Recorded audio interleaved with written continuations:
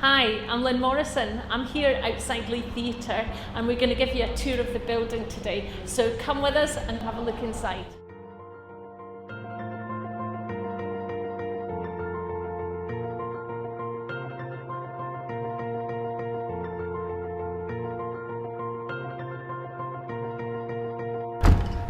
Welcome to Leith Theatre, to the Crush Foyer. This is the main entranceway into the venue, and we come into the original 1930s box offices. These box office ticket booths are still in use actually, and we use them for performances. And I have my colleague Anna here. Anna, this is one of your favourite spaces in the building, isn't it? So we're going to head through to the main auditorium and meet Callum. And as a team of three, we're a tiny team, but we're a mighty team, and it's such an incredible privilege to manage this complex. So come through and see the star of the show, the main auditorium of Leith Theatre. It's an incredible 1,500 capacity space. It's a mid-sized venue in Edinburgh's cultural landscape and a real hidden gem actually, with an atmosphere all of its very own. One of the things that's unique about the space is that we have glass ley lights, and so we're able to switch the space from natural daylight to darkness, which has been incredible for us as a venue. So maybe Callum, you want to head up and let's turn it to daylight, shall we? So we're just going to access the roof, and this is where we go to change our blacks so that we can have daylight in the space. And unfortunately you can't come with me due to health and safety. So Anna, do you want to share some history about the space? Yeah, sure. So if you follow me this way, you can see our ceiling, and it's in a fair state of disrepair as it is now, but cast your minds back to April 1941, the German planes coming across to the Clyde to try and knock out the Navy warships actually dropped some landmines on parachutes, hit the school right behind us and just destroyed the plasterwork and the walls. And actually what that meant was that rainwater and pigeons got in. And this building was damp and destroyed with a spongy floor, and that lasted for 20 years. It was one of the last buildings actually in the UK to be repaired after the war. So it's already had quite a potted history of closures and damage and, you know, destruction. So we're trying to change that basically. Up here, this is one of our favourite discoveries. It's the Persevere emblem, it's the Leith motto. And this whole arch here was completely hidden by MDF and nobody knew it was here. The Persevere crest, the Leith motto, was uncovered by Hidden Door, and that was 2017, which is why it looks so clean actually. It's not something that we've done, we haven't cleaned or repainted. I don't think we've got ladders quite high enough, but it was hidden behind MDF. And what happened was Hidden Door was sort of banging on it and saying that doesn't look original, and sure enough it came down, and this was the archway that was uncovered. And it's actually one of Callum's favourite things in the theatre. He has that as his phone screensaver. It sums us up, doesn't it? Persevere, it really does, yeah. I think we should probably go backstage actually.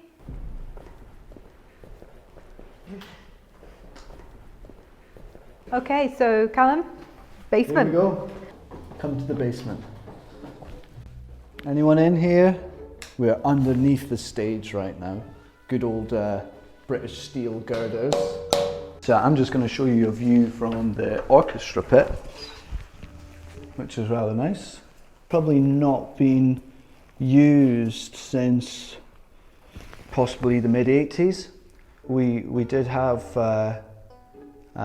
probably quite a lot of productions in the venue that would have had use for the orchestra pit. We've certainly not in recent memory though. Needs a bit of work done to it. Scary toilet number 1. Scary old kitchen number 2 with the creepy Belfast sink. This room would have been used as a kitchen space as a service area for backstage staff, probably pre-1980s. I'm not sure when it would have last been in use, but they would have prepared and cooked food in this area, which did used to be a kitchen, and the only remnant is the Belfast sink. And then you'd ding ding for service, and it would go up the dumbwaiter and then up the top of a service room on the first floor, and it would then be taken there to the artist green rooms. That's also where I like to hide sometimes. Okay, let's see how we're getting on.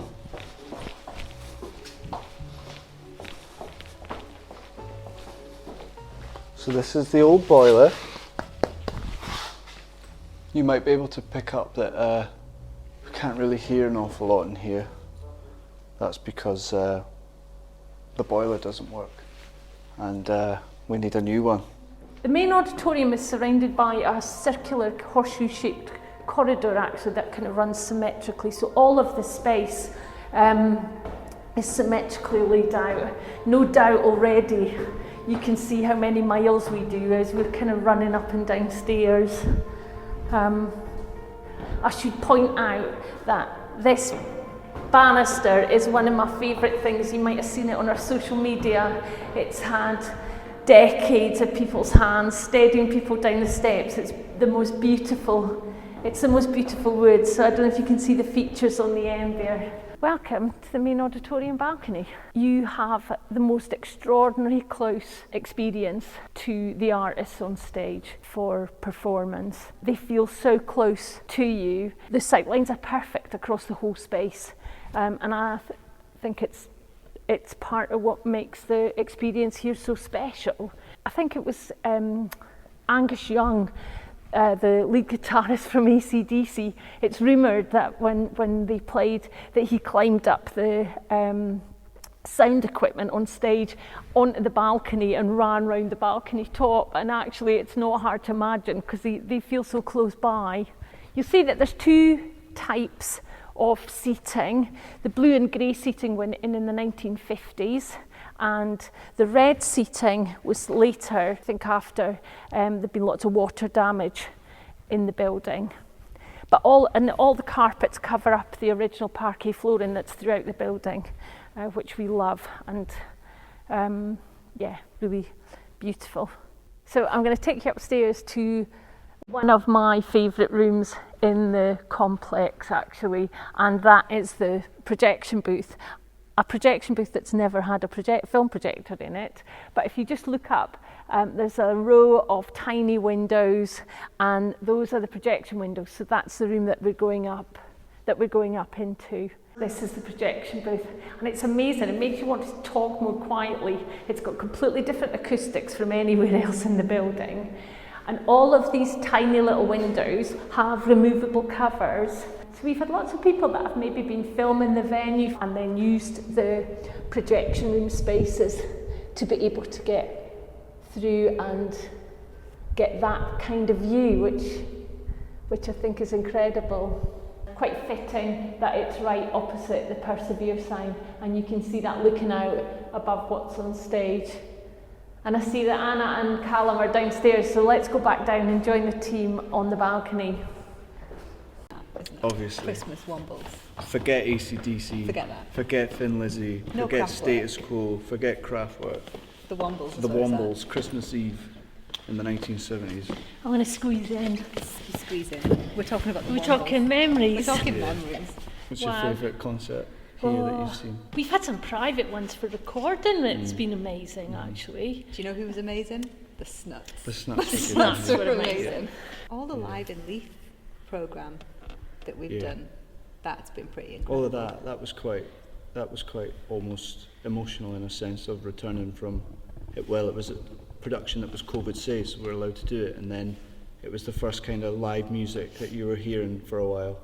And then when Connor Five was the first act that played live for it, and we were actually up here catching a bit of it, and yeah, it was brilliant. It was just for such a long time I had not heard amplified music. Yeah. So yeah, it was really Yeah. nice actually. It was quite spine tingling actually, I remember, and in fact the whole series felt like that. It was amazing, and we've got more live in Leith to come. So I'd like to say thanks to everybody for joining us for our tour today. It's really special to have people inside, and we hope that we see you all really soon. Bye. Bye.